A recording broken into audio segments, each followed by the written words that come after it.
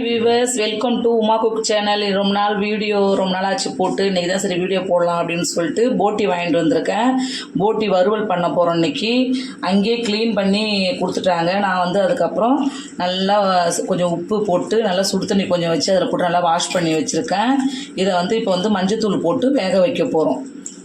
இதில் வந்து 1 ஸ்பூன் மஞ்சத்தூள், சால்ட்டு 1 ஸ்பூன் போட்டு வேக வைக்க போகிறோம். தண்ணி ஊற்றிக்கலாம்.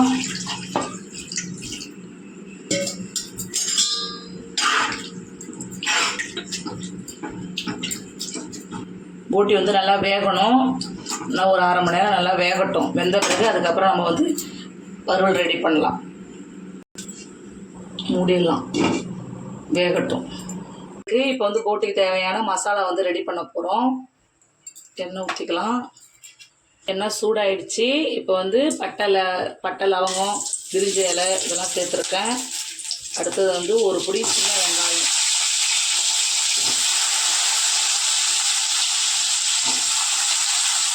4 பச்சை மிளகாய், இஞ்சி பூண்டு,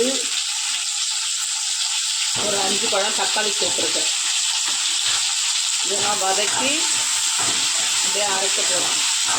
தக்காளி வதக்கிறதுக்கு கொஞ்சம் 1 ஸ்பூன் சால்ட் சேர்த்துருக்கேன். நல்லா வதங்கட்டும். வதங்கி இதை வந்து அரைச்சி இந்த பேஸ்ட்டை வந்து எடுத்துக்கலாம். போட்டி வந்து நல்லா வெந்துருச்சு. அடுத்து வந்து மசாலா அரைச்சி போட்டி வறுவல் ரெடி பண்ண போகிறோம். எண்ணெய் ஊற்றிக்கலாம். வறுவலுக்கு பட்டை லவங்கம், சோம்பு 1 ஸ்பூன். சோம்பு பொரிஞ்ச பிறகு சின்ன வெங்காயம் ஊற்றி,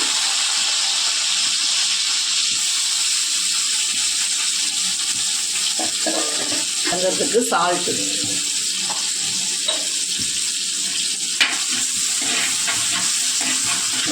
கருவேப்பிலை,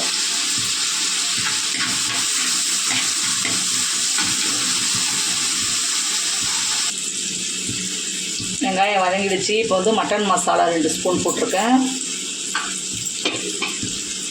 கரம் மசாலா 1 ஸ்பூன். குழம்பு மிளகாத்தூள் 2 ஸ்பூன். வறுக்க வேண்டியதான்.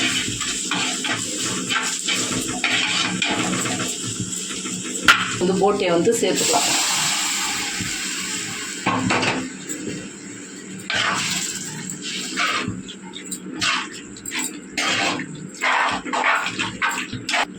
தண்ணி வந்து நல்லா வந்து சுண்டட்டும். அது வரைக்கும் மூடி வைக்கலாம்.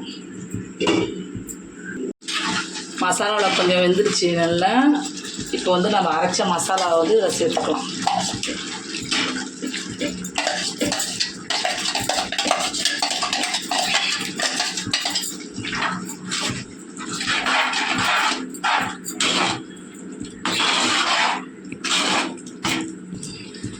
கொஞ்ச நேரம் வேகட்டும், மூடி வைக்கலாம்.